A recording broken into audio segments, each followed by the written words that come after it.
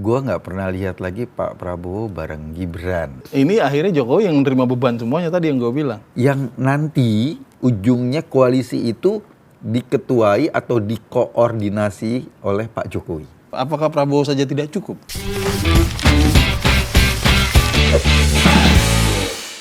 Menurut gue enak banget jadi Prabowo itu. Maksud lo?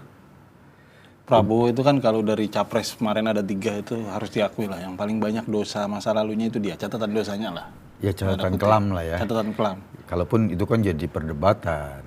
Ya tapi tetap itu banyak bukti lah, hampir mustahil untuk dibantah gitu lah. Iya. Tapi sekarang anteng banget nih pas sudah menang. Ternyata cukup menang jadi presiden, orang udah cukup nggak mempermasalahkan gitu loh. Sekarang justru yang dipersoalkan banyak pusing ini Pak Jokowi malah. Orang ngomongin pemilu, ngomongin hak angket, ngomongin ini itu. Iya. Soal-soal kenegaraan. Memang kalau kita lihat belakangan ya, sejak pengumuman kan bukan pengumuman, pencoblosan lalu ada quick count. Dan hasil quick count itu menunjukkan suara Pak Prabowo mendominasi.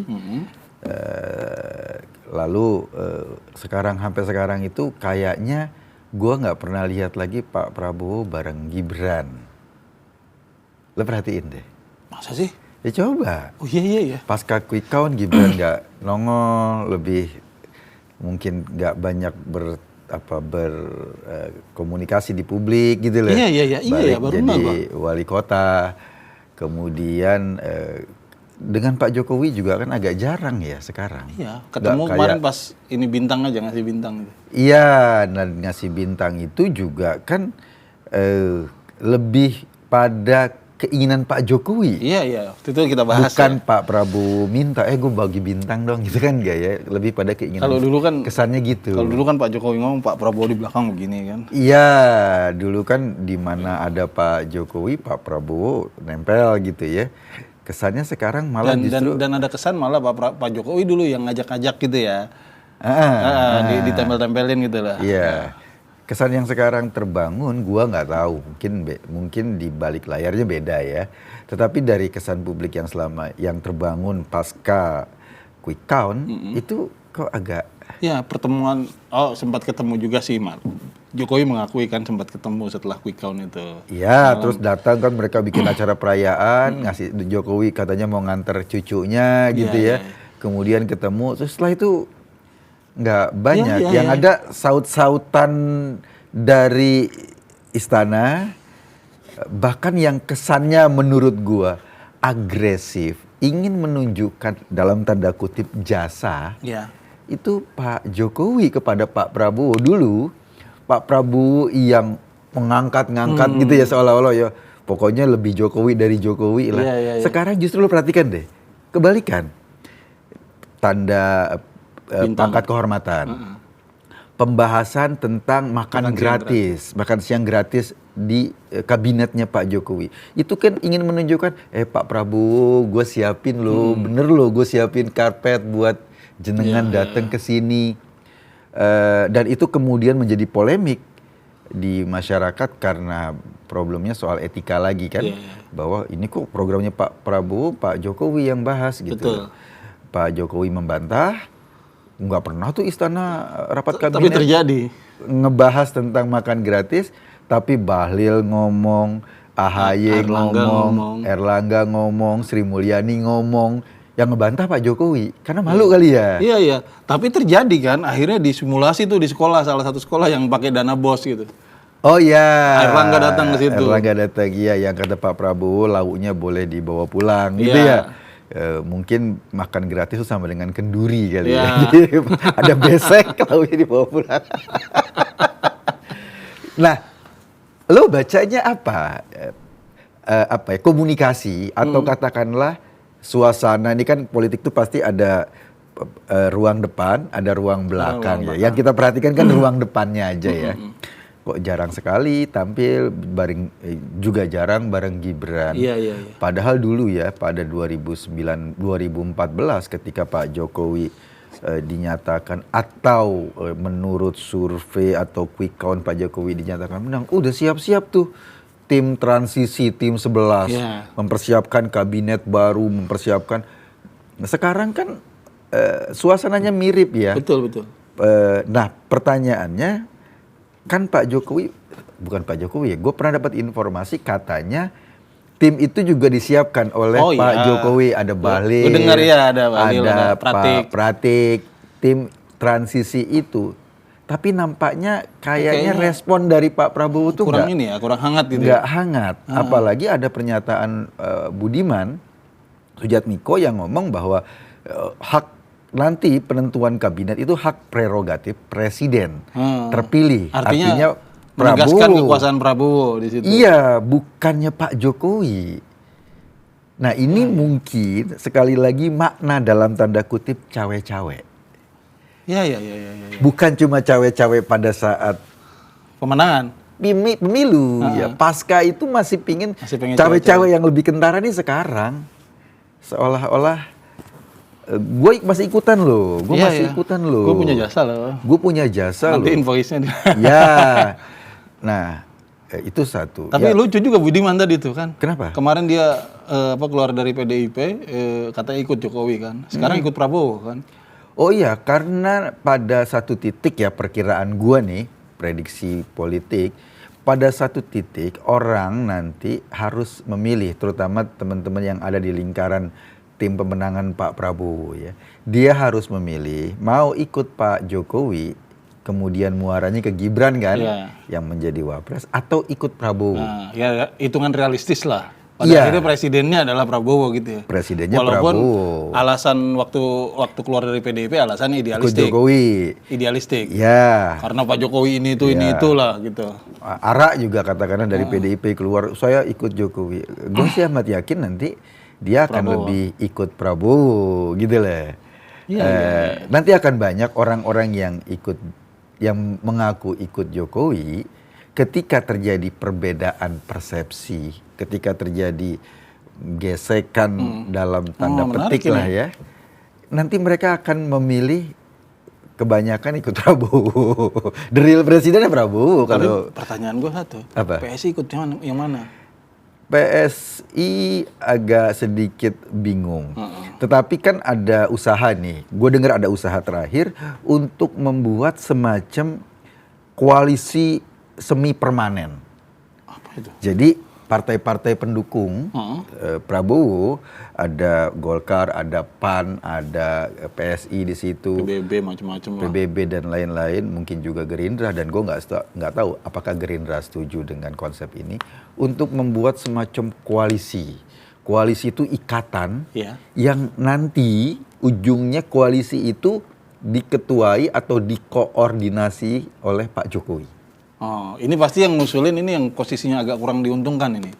Kalau begini nih. Iya, jadi kan bangunan koalisi ini seperti ingin mengatakan Pak Jokowi masih ada. Katanya namanya BIMA ya, Barisan Indonesia, Barisan untuk Indonesia Maju gitu loh. Oh, jadi Pak Jokowi nanti di situ sebagai perekatnya gitu lah. Perekatnya, jadi kayak semacam dia di atas ketua partai lah ya. Kan ada PAN, ada Golkar, ada apa. Nah, Pak Jokowi perekatnya. Ini kan seolah-olah seperti perimbangan kekuatan dari kekuatan presiden. Iya. Menarik. Gitu loh. Iya. Ya mungkin PSI ada di situ tuh. Kalau Pak Jokowi sih kurang lebih mau sih begitu. Kalau ngelihat dari tindak tanduknya. Nah, itu dia. Justru Pak Jokowi yang akan menjadi leader di koalisi permanen itu. Sebab kan kalau bocoran dari analis sekaligus tim ses tim sesnya Prabowo itu Kodari itu kan bilang apa yang dikatakan PSI itu biasanya dikatakan itu yang dimaksud oleh Pak Jokowi, biasanya kan gitu. Ya, mungkin itu dia. Kan itu kan informasinya juga dari PSI ya. Nah, tapi kan pertanyaannya simpel. Kenapa? Kan biasanya kayak sekarang koalisinya Pak Jokowi ya, dalam pemerintahan Pak Jokowi. Kan yang menjadi anchor-nya, yang menjadi jangkarnya itu kan Pak Jokowi. Iya, betul. Kalau ada koalisi pendukung pemerintah yang menjadi jangkarnya bukan presiden. Iya. Lu bayangkan sebetulnya ada apa? Iya ya. Ada perimbangan. Apakah Prabowo saja sebagai presiden misalnya? Iya. Anggaplah Prabowo. Apakah Prabowo saja tidak cukup gitu? Nah, itu dia. Iya kan? Iya juga ya. Iya kan? Nah pertanyaan gue simpel sih sebetulnya. Apakah power Pak Jokowi pasca dia nggak jadi presiden sama seperti saat ini? Betul. Ketika misalnya PAN, oh iya apa kata Pak Jokowi, Nah, itu. Golkar apa kata Pak Jokowi, PSI apa kata Pak Jokowi, gitu loh. Apakah nanti pasca pelantikan presiden baru yang terpilih menggantikan Pak Jokowi, powernya Iya. masih seperti sekarang? Gue nggak Iya, tahu. Iya. Gitu lah. Iya kan, ya nggak mungkin juga sebagai partai yang independen ya pada akhirnya mereka kan harus memutuskan nasib sendiri. Golkar, Iya. PAN gitu-gitu kan. Iya. Harus memutuskan nasib sendiri toh. Ya. Kalau enggak ya mereka ngikut-ikut aja Pak Jokowi mana bisa ngurus beberapa partai sekaligus gitu. Dan itu kan sama aja menurunkan martabat partai kan. Iya, mungkin ide itu udah tercetus cukup lama karena berharap kayak semacam penyederhanaan partai dengan cara politis lah ya. Maksud gua dengan cara yaitu koalisi permanen kan proses penyederhanaan partai kan barangkali. Seolah-olah satu partai. Seolah-olah satu partai, gerakannya sama, dirijennya sama, orkestrasinya sama, gitu loh. Gerakan politiknya sama, seolah-olah nanti ada ketua harian, ketua Golkar apa ini jadi ketua-ketua harian Ya, di ketua umumnya Pak Jokowi. ketua umum gitu dulu kalau di apa kino kalau di Iya. Golkar bahasanya kan. Iya. Ada kino Golkar. Nah, ini jadi PAN jadi kino ini jadi organisasi sayap. Sekalian aja ketua partai itu nanti LPJ ke ketua koalisi. Lucu kan? Ya pasti akan jadi. Gue sih kalau sekarang barangkali orang belum bereaksi karena orang kan juga pingin tahu apa sih power yang tersisa dari seorang mantan presiden. Kalau memang masih powerful ya Pak, barangkali orang akan oke. Tapi kalau benar-benar powernya sudah kosong dan real power itu pindah ke presiden baru nanti, gue nggak terlalu yakin tuh dengan skenario ini. Iya. Maksudnya pada akhirnya orang-orang gini lah. Ini kan soal karir juga Mas. Iya. Misalnya katakanlah Jokowi pada saat berkuasa dia bisa menggerakkan aparat. Ah, Ketika dia tidak berkuasa dan ada penguasa baru, apakah aparat itu masih mau nurut sama Pak Jokowi? iya dong, enggak dong. Dia kan pasti harus nyelamatin karir dia juga. Bukan cuma karir bro, dalam jenjang komando yang kepala panglima tertinggi ya presiden. Lah ya iya itu dia. Jadi bukan cuma karir, memang jenjang komandonya Iya. kayak gitu. Kalau Pak Jokowi besok ketika dia mantan presiden bilang, gue maunya kayak gini, ya dia harus nanya sama panglima tertingginya kan. Happy nggak gitu kan? Oke nggak? Kalau nggak oke ya ditinggal. Karena memang begitu. Loh iya. Ya tapi itu di atas kertas kan Mas. Iya. Pertimbangan pragmatis kan tetap aja. Dia bisa aja kan ngumpet-ngumpet di belakang gitu kan. Bisa, Pura-pura tapi kan nggak ada- ujung-ujungnya ya Ketahuan juga. kayak Pak SBY mantan presiden yang tapi kan ya setelah dia turun jadi Gunung. dari presiden ya Demokrat yang tadinya 20% tinggal 7% tuh Dan ini 7% hasil dia turun gunung. hasil dia turun gunung. Artinya tapi ketika dia periode kedua Demokrat 20% loh. Iya betul. Dan ini Gitu loh, dan dia nggak bisa fenomena. apa-apa ketika ngelihat misalnya MK diperlakukan seperti itu. Dia cuma bisa berkeluh kesah, nulis buku, cawe-cawe Presiden Jokowi gitu loh. Dia cuma bisa itu kan. Pada akhirnya dan semuanya ada pelipur laranya lah setelah anaknya jadi menteri. Ya. Nambah CV lah. Ya. Pak Gus Dur gitu loh. Iya, Setelah nggak jadi presiden kehilangan PKB. Iya. Gitu loh. Gampang sekali gitu. Powernya sudah Iya betul ciut. setuju. Kayak gitu. Nah, fenomena kecuali Bu Mega, kalau Bu Mega kan punya PDI ya, dia artinya tetap jadi ketua umum. Powernya tetap kuat di PDI. Dan ini juga legitimasi juga ya.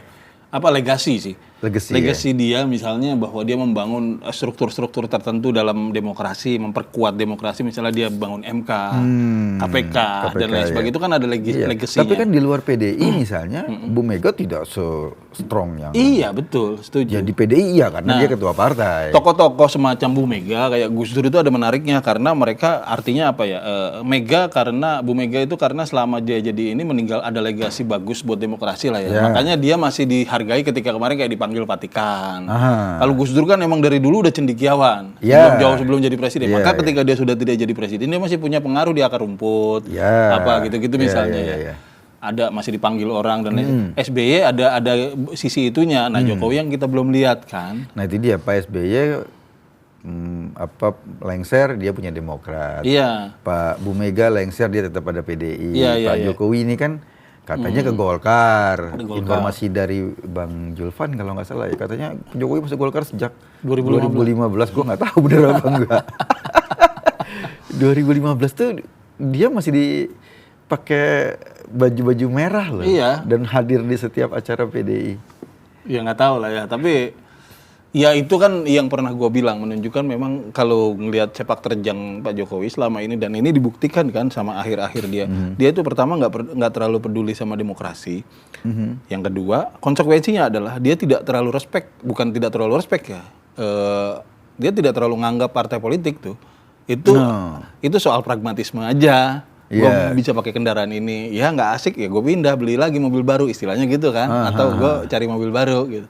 Dari PDIP udah selesai, ya kalau gue selesai kan gue masih berebut pengaruh sama Bu Mega gitu kan. Ada yang powerful sekali, ya udah gue coba ke Golkar misalnya gitu. Mungkin kayak gitu, tapi pertanyaannya kan gini, apakah langkah-langkah itu kemudian disambut dengan happy oleh lingkarannya Pak Prabowo? Ya tentu saja tidak. Gitu Gue sih kan? yakin tidak. Nah, emang Gerindra nggak ada kepalanya isinya di dalam situ semua. Itu kepala semua juga kepala kan. semua. Artinya punya ego, punya tujuan masing-masing. Oh iya, 2 kali mereka ikut ini Pilpres ketiga ya, yang Prabowo sebagai capres ya. Pilpres ketiga pasti kan mereka punya mimpi yang sudah lama tertunda itu. Ini level menteri gitu kan. Ya, menteri, saya ini levelnya minimal inilah, gitu kan. minimal Itu kan itulah. mimpi yang sudah lama tertunda yang dia juga nggak mau kalau kemudian kekuasaan sudah di tangannya lalu ada orang lain masuk mengkompromikan ini gitu loh. Itu yang kedua menurut gua pada akhirnya ini kan kalau begitu polanya ya Pak Jokowi seperti ingin membangun perimbangan kekuatan. Ini kan kita bingung disebut oposisi bukan karena dia adalah partai pemerintah, pendukung presiden. Tapi kalau bukan oposisi kepalanya beda. Ini kan kayak ada... Ya. Dan kalau gue lihat kan salah satunya mungkin orang kalau bicara misalnya ada gesekan politik, orang Gerindra bisa saja berargumentasi misalnya begini. Apakah kemenangan Prabowo itu besar sekali pengaruhnya Pak Jokowi? Belum tentu gitu. Karena kalau kita lihat hal yang sama tidak terjadi pada PSI misalnya. Harusnya kan ada Jokowi efek di situ. Ya, PSI kan kemarin gelembung. Iya. Mungkin itu Jokowi efeknya. Nah iya, artinya kan dia bisa berargumentasi. Emangnya yang menangin Pak Prabowo satu-satunya Pak Jokowi gitu kan? Kan banyak pihak yang menangkan gitu kan. Nah kalau emang Pak Jokowi sendiri yang menangkan, apakah dia sesakti itu? Ya diuji misalnya. Yang jelas-jelas setiap spanduknya ada muka Pak Jokowi itu PSI ya nggak terjadi apa-apa gitu loh. Ya tapi kan dari data survei sejak Gibran dinobatkan sebagai pendukung sebagai cawapresnya Prabowo, itu tiba-tiba kan lompatannya bambu-bambu gitu lah. Walaupun tidak ada ukuran statistik yang kemudian mengukur misalnya sejauh mana efek Gibrannya. Di belakangan dibesar-besarkan sih, ada analis tertentu yang ngomong Gibran efek Gibran gitu ya. Efek Gibran, macam-macam lah. Mereka sebetulnya pengen ngomong ini efek Jokowi. Dan omongan itu bukan efek Jokowi dalam artian Jokowi sebagai person, tapi efek kebijakan Jokowi sebetulnya. Betul. Nah makanya anehnya itu kan tidak ada penjelasan itu. Kalau ada efek ini itu kan ada penjelasan statistiknya biasanya. Pak Jokowi itu suka survei kan. Termasuk yang pegangan sakti dia, kartu sakti dia adalah soal approval rating 70 sekian sampai 80% kan. Tapi untuk Jokowi efek, Gibran efek itu tidak ada ukuran statistiknya. Ya orang bisa menerka, tergantung kalau lu pengen menyenangkan hati Gibran ya bilang efek Gibran. Kalau pengen menyenangkan hati Pak Jokowi ya efek Jokowi. Kalau timnya Pak Prabowo bilang wah ini efek Prabowo. Gak ada hubungannya dengan yang lain, toh yang bertanding Prabowo. Ini kan sebetulnya nanti akan terjadi itu tuh, siapa jasa paling besar. Ya kan kayak kemarin kasus Pak Jokowi lari dari PDI. Di PDI bilang Pak Jokowi itu kalau nggak didukung oleh PDI itu gimana? Dia siapa? Pembela Pak Jokowi bilang nggak ada hubungan sama PDI, justru PDI yang diuntungkan karena ada efek Jokowi ke PDI gitu loh. Jadi akan kayak gitu. Nah kita nggak tahu ke depan apakah perdebatan serupa terjadi dalam konteks kepresidenan berikutnya yang sampai saat ini sih ya kan suara Prabowo tertinggi ya dalam konteks kepresidenan Pak Prabowo. Misalnya Pak Prabowo tuh kalau nggak didukung Jokowi nggak jadi. Nanti ada tagihan, ada bill kayak gitu tuh. Kalau kita lihat, nah itu tadi salah satu ukuran Jokowi efek misalnya kan suara PDIP di legislatif lah setidaknya. Bahwa ya turun. Tapi bahwa turun ini pasti terjadi pada setiap partai yang mengalami konflik di dalamnya kan. Ya. Demokrat pernah mengalami, Golkar pernah mengalami. Benar. Tapi kalau kita lihat gembar-gembornya Jokowi efek itu ternyata tidak, damage-nya itu tidak besar-besar amat buat PDI Perjuangan sebagai partai ya. Iya. Damage-nya tidak besar-besar amat gitu. Jadi kalau sampai ada yang meneorikan begini Mas, PDIP itu bukan apa-apa kalau bukan Jokowi. bukan karena Pak Jokowi, ternyata nggak begitu-gitu amat gitu lah ya. Iya. Kita bayangkan mungkin akan terjadi efek yang lebih besar kalau misalnya Bu Mega tiba-tiba aduh saya udah capek, saya mau pensiun dari politik gitu misalnya. Kayaknya bakal lebih besar tuh efeknya. Iya. Gitu. Ya pasti karena kan Bu Mega kan identik ya. Iya. Dengan PDIP ya identik dengan Bu Mega atau sebaliknya. Sejarah perlawanan, ya itu nggak bisa gitu. hilang lah.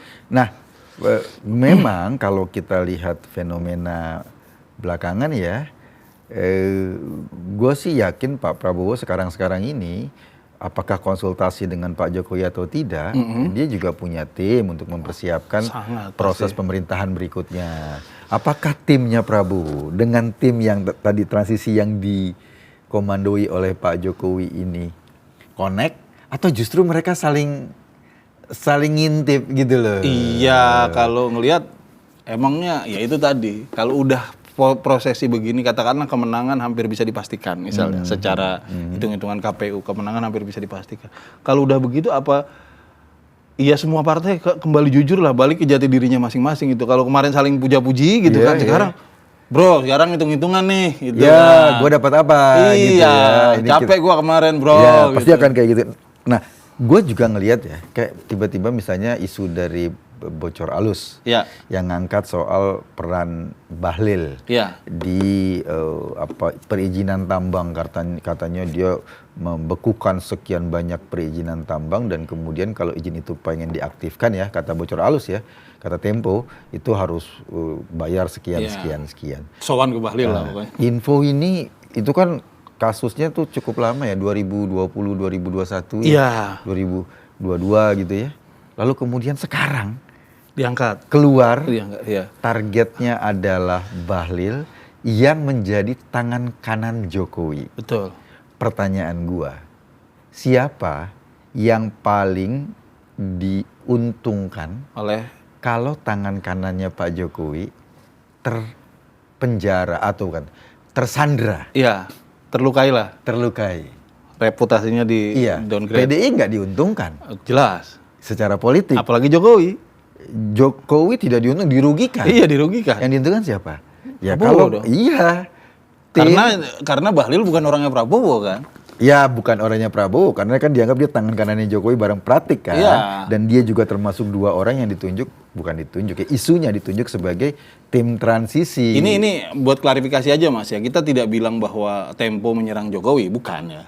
Bocor Alus, tapi bahwa dia kan dapat informasi itu kan dari akses kan. Kenapa akses itu mau membuka pada saat seperti ini gitu loh. Gitu loh. Menarik kan. Kenapa nggak dulu tuh menjelang pemilu gitu loh. Iya, kayak waktu dia dituduh sama Deddy Corbuzier itu bilang katanya Bocor Alus ternyata nggak akurat, dalam tanda kutip menyebarkan hoax gitu lah ya.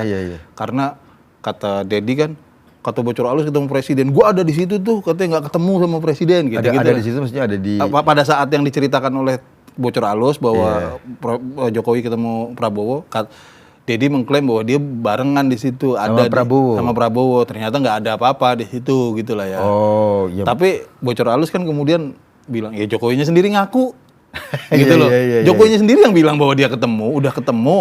Mungkin terus Deddy lebih tahu. Dan itu dikonfirmasi oleh orang dekatnya Prabowo kan. Itu kayak gitu kan. Nah, itu kan pertanyaan bagi kita kan. Pertanyaan bagi kita adalah kenapa isunya Bahlil sekarang itu mencuat sekarang. Apalagi salah satu deputinya di Menteri Investasi ya. Itu kan sudah dicopot. Yang cewek itu ya sudah diperiksa KPK. Kalau dia nyanyi itu akan sampai. Nah, air mengalir sampai jauh. Mengalir gitu loh, dan kemudian ya Bahlil jadi panas dingin juga kan. Dan suasana politik kayak gini kan kita bisa lihat, siapa nih siapa yang diuntungkan dengan itu? Siapa yang dirugikan dengan itu? Lalu apa namanya? Kenapa targetnya Bahlil sebagai tangan kanannya Pak Jokowi yang ditunjuk juga, atau menurut isu sih dia direkomendasikan jadi duduk di kabinet berikutnya, gitu lah. Ya. Dan termasuk tim transisi juga yang diusulkan oleh Pak Jokowi. Transisi. Bahkan isunya Bahlil nanti akan menjadi menjadi penggantinya Erlangga, ngambil Golkar, dan tentu saja dengan begitu Pak Jokowi lebih punya kontrol di Golkar, gitu kan. Itu kan persepsi yang timbul di masyarakat, bukan persepsi, isu yang beredar di masyarakat. Betul. Nah, kalau kita membaca peta kayak gini ya, gue sih sebagai masyarakat biasa ya, memang seperti yang lo bilang di awal, Prabowo ini diuntungin. Iya, anteng banget ya, nggak ada yang gangguin. Dia yang makan, maksudnya dapat jabatan presiden, yang bayar bilnya Pak Jokowi. Ada orang-orang yang mengkritik kayak aksi Kamisan, kayak kita juga kan nggak akan melupakan masa lalu dia. Iya. Tapi di tengah hiruk pikuk seperti ini, orang pasti lebih tertarik sama yang hiruk pikuk lah. Iya. Ketimbang Apalagi suara-suara seperti menjelang Pilpres kemarin ada isu yang dibawa sama Bu Koni kan? Apa tuh? Katanya Pak Prabowo itu hanya akan menjabat 2 tahun. Nanti setelah itu digantikan oleh Wapres gitu ya. Dan pasti teknisnya bagaimana? Aduh, kan ngeri juga. Menjadi problem ya bagi seorang Prabowo atau seorang presiden terpilih dalam konteks Indonesia. Ketika dia terpilih, dia pasti akan berpikir periode kedua, bro. Iya jelas dong. Gitu loh. Makanya perkiraan gue nih, ini perkiraan gue. Dalam periode pertama, Pak Prabowo akan tampil seperti Pak Jokowi. Iya. Nggak ada musuh, siapa yang kritik dibiarkan saja, gitu loh. Karena untuk sampai pada 2 periode. Betul. Jadi dia akan... Orang kayak Prabowo nggak mungkin lah. Ya kita maksudnya sedikit banyak tahu mengikuti rekam jejak dia lah. Kalau dia sekarang bisa ngomong A, B, C, D, E, F, ya kita tahu lah. Pasti dia udah berpikir kalau bisa 15 periode. Iya. Gitu loh. Jadi isu tentang 2 tahun itu memang meresahkan juga bagi tim. Buktinya Pak itu Prabowo. Salah satunya itu langsung ada waktu itu TKN Prabowo Gibran itu langsung bikin konversi. Cepat sekali itu. Iya. Cepat sekali hitungannya itu. Ya bahkan katanya dilaporin ke polisi ya. Sama Pak Rosan ya. Iya sama Pak Rosan. Dan itu iya bener Mas, meresahkan. Meresahkan lah. Isu ini meresahkan justru karena membawa pesan yang lain bahwa Pak Jokowi punya skenario yang menempatkan Pak Prabowo di luar skenario itu. Pak Prabowo juga harus siap-siap dengan skenario lain yang menempatkan Gibran di luar skenario itu. Jadinya tapi ngomong-ngomong soal konvers nih, ya itu menarik juga. Kalau kita lihat kan itu dari sebelum pencoblosan panjang lah ya sampai sekarang itu. Kalau lihat di podcast politik, muka-mukanya masih sama lah, jubir-jubir masing-masing masih sama lah kurang lebih. Ada orang yang hilang 1-2 tapi masih itu juga. Tapi itu kan bukan resmi ya. Bukan pernyataan resmi, beda sama konvers misalnya. Konferensi pers misalnya dari TPN atau dari pemenang atau dari Gerindra dan lain sebagainya. Sekarang itu kelihatan mukanya itu lebih Gerindra. Nah, kalau dari sisi Prabowo nih.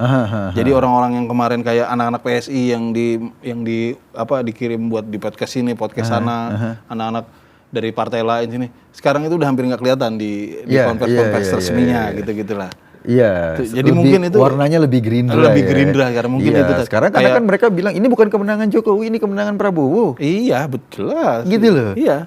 Karena presidennya Pak Prabowo nanti, dan karena presidennya Pak Prabowo, maka mereka tidak mau wilayah itu, katakanlah hak prerogatif presiden untuk menentukan menteri dan lain-lain, cawe-cawein oleh orang di luar. Menariknya kan itu kan ketika habis nggak lama setelah ini konferensi pertama malah kalau nggak salah setelah Wikon itu kan yang nongol itu muka yang misalnya langsung orang Gerindra yang ya selama ini udah digadang-gadang lah gitu, Budi Jiwandono itu kan nongol tiba-tiba dia yang konvers gitu misalnya.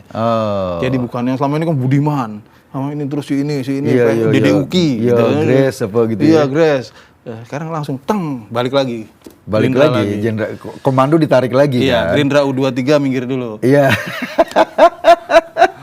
Gitu lah. Ini sebetulnya menarik nih, gue sih ngelihat ya, gue nggak tahu bagaimana proses ke depan. Nah pertanyaannya kan, sampai nanti pelantikan, pemerintahan tetap di tangan Pak Jokowi. Makanya pertanyaan lo tadi, Pak Prabowo cenderung pasif, itu ya nunggu pelantikan. Iya. Dan ini akhirnya Jokowi yang menerima beban semuanya tadi yang gue bilang. Iya. Kalau Pak Prabowo pasif, ya wajar dong, dia menteri bawahannya presiden. Satu itu. Yang kedua, kan dia belum resmi. Iya itu, kedua Iya. kan itu dia belum resmi kan. Tapi coba deh, nanti kalau KPU mengumumkan secara resmi, nih pengumuman KPU nih belum dilantik loh, diumumkan oleh KPU secara resmi siapa pendapat suara terbesar, pemenang pilpres lah, Iya. itu pasti ada perubahan arus dari yang selama ini Jokowi banget, Persatuan. iya, tiba-tiba akan jadi Prabowo banget, Iya, iya, iya. gitu lah. Jadi Prabowo ini ya seolah-olah kalau dia sih ya gue sih tinggal nunggu waktu lah ya. Iya. Orang gue dapat info teman-teman di lingkarannya Pak Jokowi ya, katakanlah di istana atau apa, mereka juga ngobrol bahwa di kepala mereka enggak usianya cuma tinggal 7 bulan lagi. Di kepala mereka usianya tinggal 7 bulan lagi. Usia kekuasaan. Iya, maksudnya posisi mereka setelah itu nggak jelas. Oh. Loh, Oh gitu ya. Padahal iya, menang. Padahal menang. Jadi di lingkaran Menarik. dekatnya Pak Jokowi juga berpikir usianya tinggal 7 bulan lagi, setelah itu nggak jelas. Makanya mungkin itu tadi yang menjelaskan lu bilang Pak Jokowi sekarang yang repot. untuk Pak Jokowi yang mepet-mepet. repot untuk mepet-mepet Pak Prabowo terus. Istilahnya kalau orang WhatsApp itu kan, halo Pak Prabowo, Iya. gimana kabarnya kan? Mungkin kalau misalnya pagi-pagi Pak Prabowo buka WA gitu ada Pak Jokowi P gitu. Iya. Enggak, pagi-pagi pertama Pak Jokowi langsung WhatsApp, ngopi dulu lah Pak, gitu kan. 3 jam baru dibalas. Iya sorry ini baru lihat HP sama Pak Prabowo gitu Iya, kan. iya. Terus lama-lama, Pak ngobrol asik nih ketemu di kafe mana ya gitu kan. Lama nggak dibalas, mulai resah Pak Jokowi kan. P. Lama. Sorry tadi habis nganterin istri, gitu kan. Iya, Atau iya. ngantri anak gitu Iya, kan. iya. Sorry rapat partai tadi. Iya gitu. Udah mulai gitu-gitu tuh. Iya. Tadinya Pak Prabowo yang duluan. Kabar gimana Pak? Terus kalau misalnya hari Jumat ngirimkan Jumat berkah gitu kan. Iya. Pagi-pagi langsung Kasih nasihat Jumat berkah. pagi-pagi langsung WhatsApp duluan Pak Prabowo kan. Masih inget apa wejangan Pak Jokowi semalam gitu Iya. kan. Misalnya gitu-gitu. Pagi-pagi langsung. Sekarang kembali ya, sekarang kembali ya. Sekarang kembali. Itu. Ini menarik gini. Dan gue sih kita liatin aja ya proses politik ini kemana. Dan kita sih setuju Pak Prabowo mendapat banyak sekali keuntungan. Pak Jokowi yang bayar bilnya ini. Jadi sekarang seperti Pak Jokowi mentraktir makan Pak Prabowo dan khawatir Pak Prabowo lupa ditraktir makan oleh Pak Jokowi. Nah, ini yang makan tadi pasukan Bapak ya. Oke, kita bahas lagi di pertemuan yang akan datang. Oke. Thank you. Udah bayar belum bilnya?